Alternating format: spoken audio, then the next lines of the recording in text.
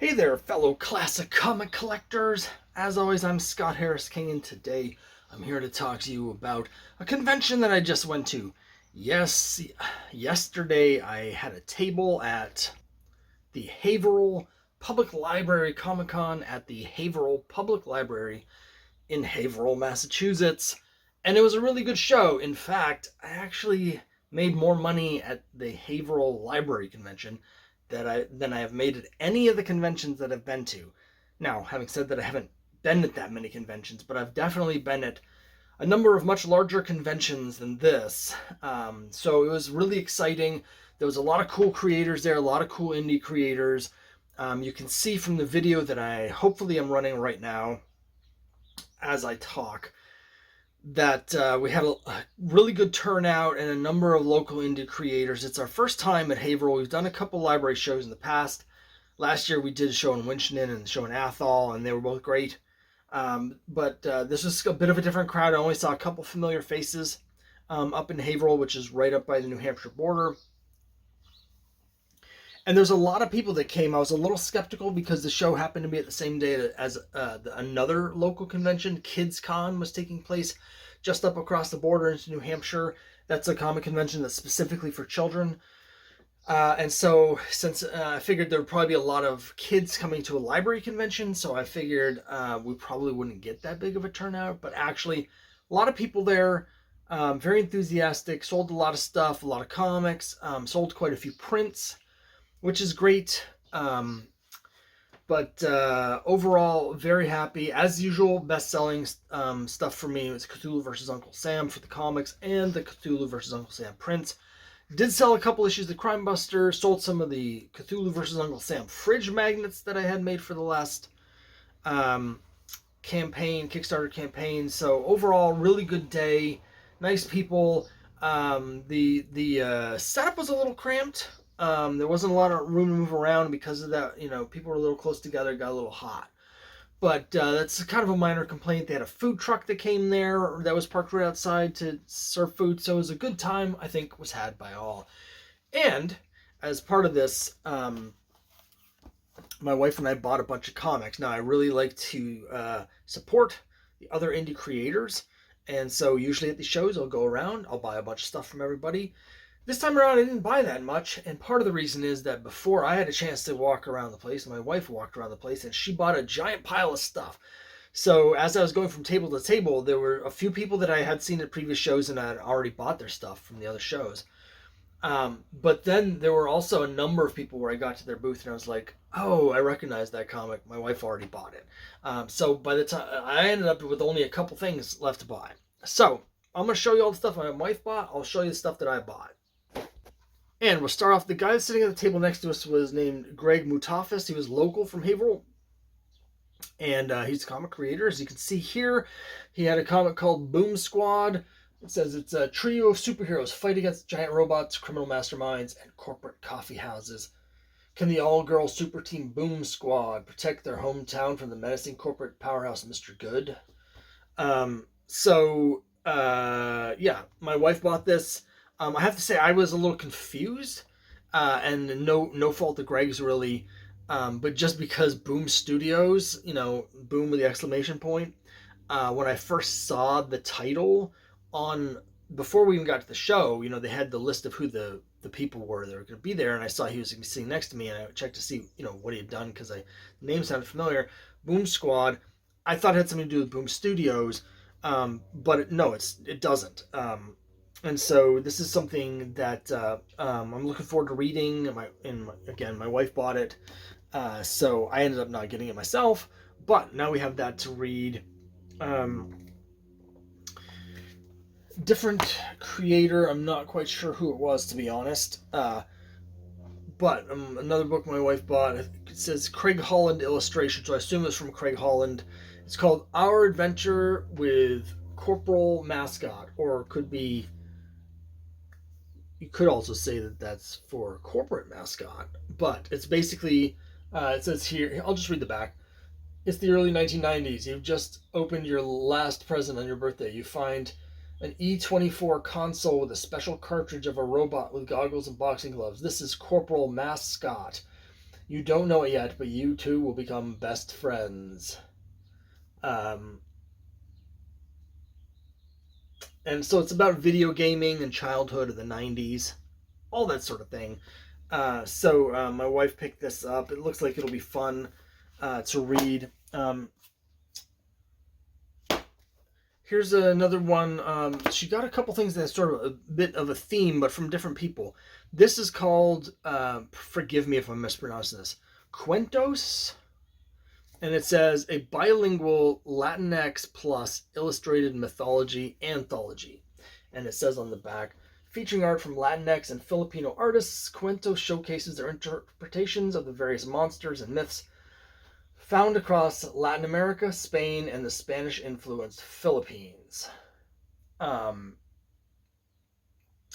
Curated by Luis Silva, Cuentos is a full-color art and storybook that acts as a primer for those unfamiliar with these legends and provides a fresh take for those who are familiar with them. So again, I'm not quite sure who the vendor was, like who from this anthology had it at their book, but it's sort of an illustrated guide.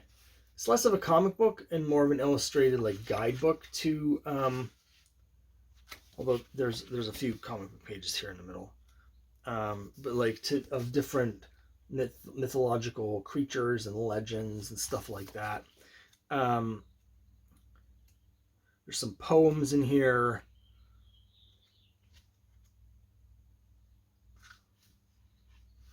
There's little bios of the people who are doing the artwork as well. So it's pretty cool.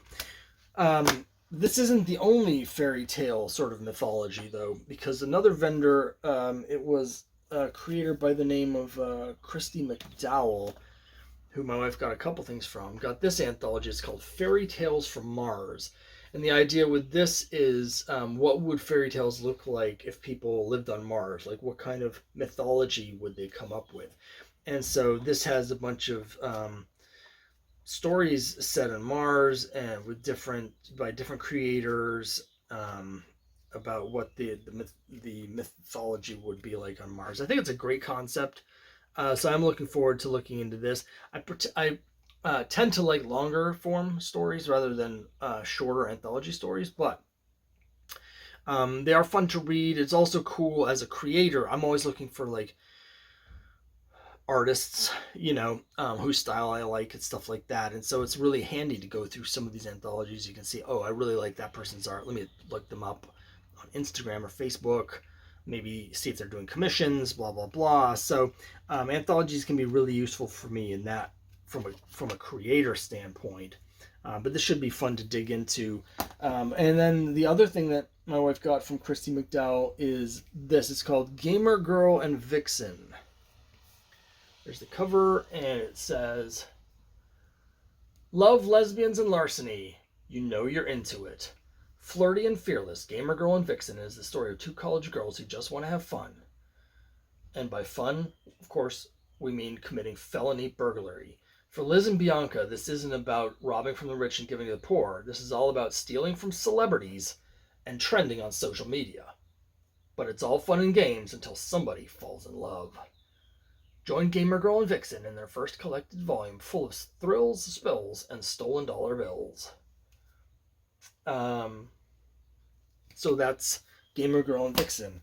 And now, lastly, there's actually several things to show from the creator that's sitting right behind us, named an artist. Their name is Jenny Wood, and they had a bunch of cool stuff, and my wife bought most of it. And then when I went around, the one thing my wife didn't buy is the thing that I wanted. So I'll show you the stuff my wife got from Jenny Wood, and then I'll show you what I got. So we'll start off with the big one here. It's called the Flutter Collection, written by Jenny Wood. This one was actually published by Dark Horse. And it's the complete Flutter saga in a single volume. 15-year-old Lily shapeshifts into a boy to get her dream girl, and chaos ensues when she pretends to be someone she's not. While coming to terms with who she is and what she has done, Lily learns that life as a boy can be difficult and that she can't run away from her problems. And it has a bunch of like things on the back, a bunch of accolades. The art's cool. It's pretty long, over 300 pages. So this looks really cool. Then my wife also got, this is the sneak preview advanced reader copy of Paper Planes. And I don't know anything about this. But even though it's small, like dimension wise, it actually has quite a few pages in here. And then at the end it says read the whole story in October 2023. But for a sneak peek, there's actually quite a lot here. The pages aren't numbered, but it feels like there's got to be 20 plus pages at least in here. So this will be good to dig into. Here's another oddly sized anthology, but with some really cool art. It's called Cosmic Love, a celebration of comics and love in all forms, inspired by the music of Florence and the Machine. So that's really interesting. You know, when I work on comics, I do listen to music, and I have different like types of music necessarily that I might play depending on what story or title that I'm writing or whatever. I've mentioned this before, but when I work on Quest, there's a song from Tool called Descending that I listen to on repeat. It gets me sort of in that epic fantasy, mind frame. And so I find the idea of doing an anthology based around the music of a specific artist to be really interesting. It kind of also explains the shape because it's sort of like an album or a CD. It's about just slightly larger than a CD case. I know some songs from Florence and the Machine, but not that many. But when you go through it here, it's like it'll say green light inspired by Over the Love. And so if you're a fan of the music, I'm guessing you'll probably get more out of these, but I bet it'll be interesting to read without knowing the songs as well. So this is cool. The art's really good, and it's a really good packaging. So that's really cool. And again, this has a story from Jenny Wood in it. And then the thing that I got from Jenny Wood is this. It's Planet Comics #1. Now, of course, there have been a few different revivals of Planet Comics, but this is right in my wheelhouse because, as you know, I love to do the public domain stuff. I particularly like to carry on the tradition of old comics that have, ceased publication a long time ago. So obviously with my series, The Crime Busters, is a continuation of Boy Comics. So I do the Boy Comics variant, which has the Boy Comics logo and continues numbering. And then for Cthulhu versus Uncle Sam, I did the similar thing for those issues where I have variants that have the Adventures into the Unknown logo and original numbering. And so I have considered doing something with Planet Comics, but it feels a little bit too big for me for the stories that I've been doing. At the moment, I'm not really working on anything that's pure sci-fi, and I would want to have that sort of space opera feel if I was going to use that logo. But there's been a number of other people that have done so recently. This is the first issue of an anthology that has had, I think, 3 issues out so far on Kickstarter. I have seen, I think, the third one. I think I saw on Kickstarter. I didn't back it, but it's really cool that they're carrying on the legacy. There's some really good artwork in here. Just like here's a preview of one of the stories with the art, and then I really like the art on this lead story. And one thing I wasn't expecting, I haven't finished reading it, but I have read the first 2 stories in here, and they're both continued into issue 2. So I'll probably have to track down the other issues next time they do Kickstarter. Maybe I'll see if I can pick up all the ones I'm missing. The only thing about this that I don't love, because I'm a traditionalist when it comes to comics, is that it's oversized. So here's Flutter. Here's the regular size comic, so you can see And it's not oversized in a golden age way. It's oversized in a magazine sort of way. And I just don't like that because it makes it harder to uh, store and organize my comics because, I have regular sized comic boxes. So, it does give more space to the artwork because clearly it was drawn to be these dimensions. So they intended this all along, and it's cool. It's just as a collector, it's frustrating because it doesn't fit in with my stuff. Like if I had original issues of Planet Comics, which I don't yet, but if I did, I would want to put this in the box with the originals to have all my Planet Comics stuff together, and I can't. So for instance, if I had the Dave Stevens Planet Comics revival cover from the early 80s, couldn't put them together because this won't fit. Anyway, very minor complaint, but it's always cool to see people carrying on those Golden Age traditions. The other thing I bought was there's a creator, let me see if I can get his name here, a couple of booths down from me by the name of Patrick Brigham. And he has this series here called Rocky Moon Investigator. And it's basically about this guy here who's basically kind of like the man in the moon. I don't have the first issue. And the reason I didn't get the first issue is because it's not the same size as the others. It's magazine size like the Planet Comics. But starting with issue 2, they were normal size. So I bought issues 2, 3, and 4 of Rocky Moon, and basically this is Rocky Moon. He's a moon man. As you can see, his head is shaped like the moon, so he's kind of like what's that character? There's a character with his head shaped like the moon from some old commercials in the 80s. Anyway, is that guy, but he's on Earth. He came back from the Apollo landing with the astronauts, and now he lives on Earth, and he's a private detective, and he has like special powers because he's from space. And this is a 3-part story about some people that are trying to capture him for whatever reason, and they don't. But it is actually, even though it's a 3-part story, it leads right into issue 5, which isn't out yet. I did enjoy these quite a bit. They're fun. The art's black and white, and which I'm fine with. It's relatively simple's not the right word. I think that sounds pejorative. Uncluttered, simplified, I think are better, because it does a good job of telling the story, and I'm totally fine with the art. I think it's cool for this style. It's not mainstream comics art, but that's okay. It's not mainstream comics, so take that, DC. Yeah, I actually enjoyed these quite a bit. I'm hoping that at some point he'll put out issue 1 in the same format, so I'll pick that up.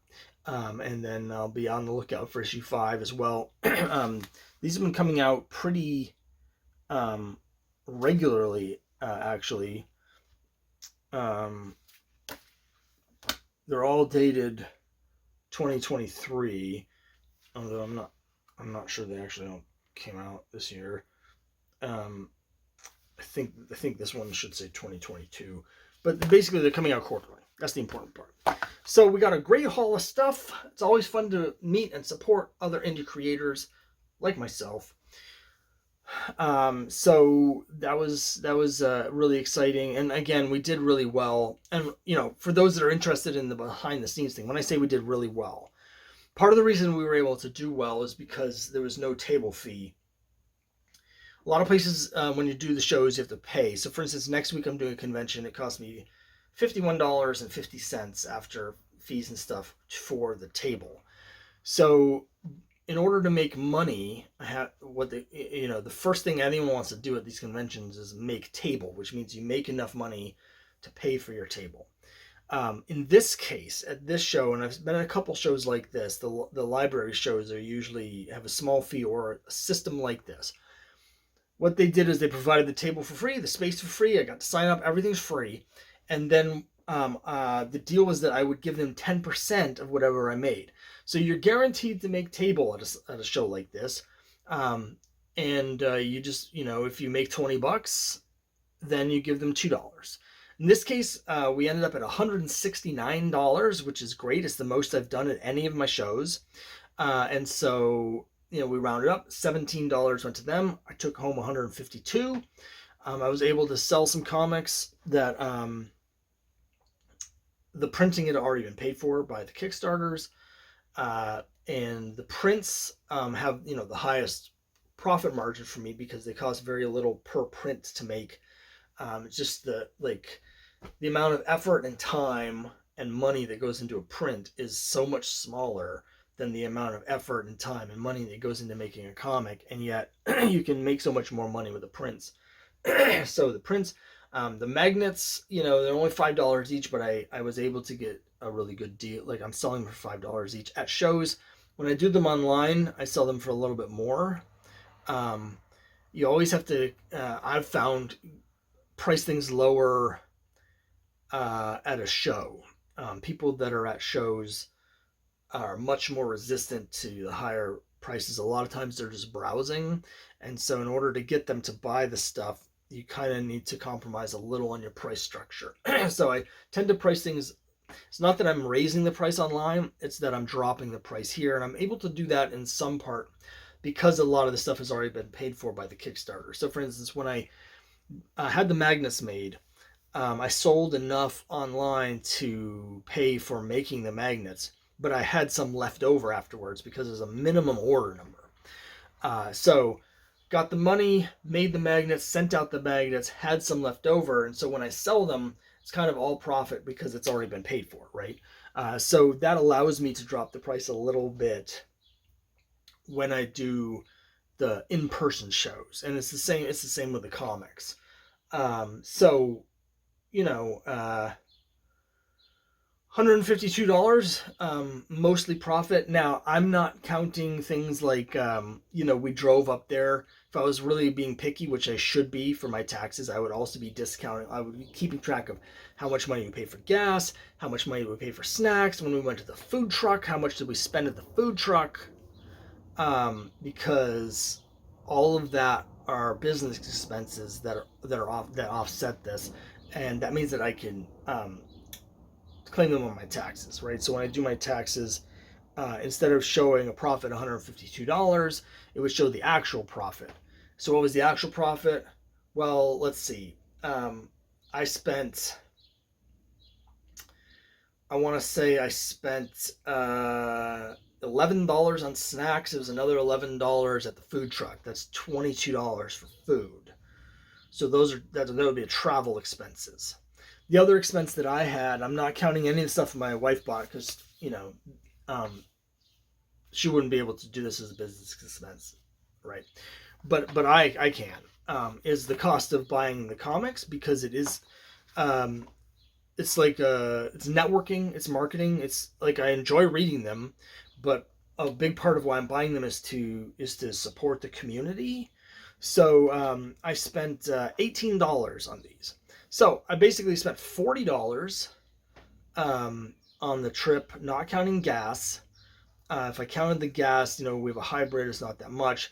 So let's say $6 gas, $46 for the trip, and it was $17 for the table. So $63 is my actual expense for this versus $169, which is what I brought in. So my actual profit is $106. And again, that doesn't actually take into consideration the cost of printing the stuff. But I'm not really counting that because I've already accounted for that. Like on my spreadsheet, when I printed it, those costs were rolled into different Kickstarter campaigns. So that's basically what I'm looking at. Is I made $106 for the day, which is great. There's definitely been conventions I've done in the past where I've made nothing and I've lost significant amounts of money. So this was a really good show. I'm going to be at a convention next week. I guess I'll just mention that real quick before I go. It's called the Spring Fling Comic Thing. It's in Dartmouth. You can check it out if you Google that. You should see tickets on like Eventbrite and that sort of thing. So you can check that out. Don't remember what the hours are, but I'm assuming it's 10 to 4 or something like that. That's what they usually are. So I'll be down there. It's Saturday, May 20. Feel free to stop by, say hello, buy some comics, some prints, some magnets. I'll have all the same stuff there that I had this time.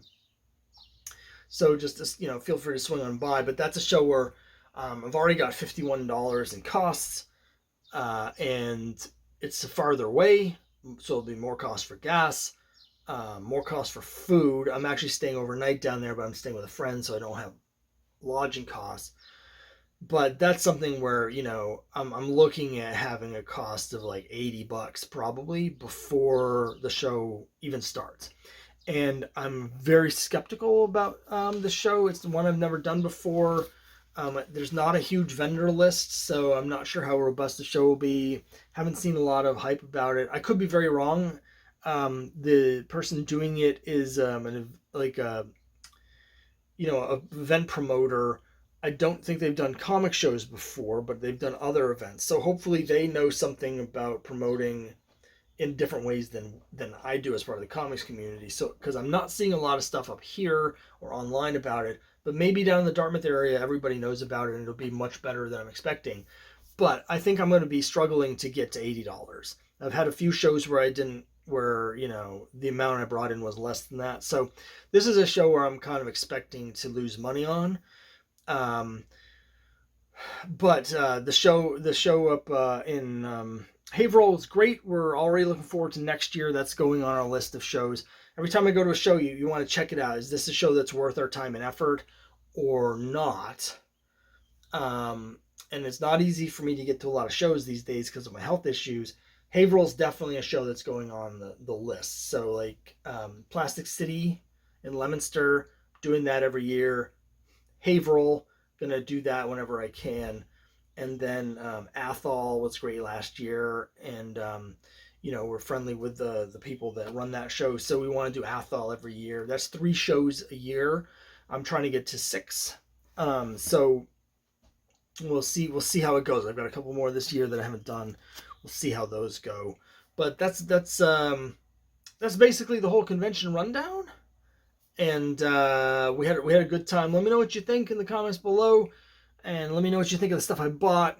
And I'll see you next time.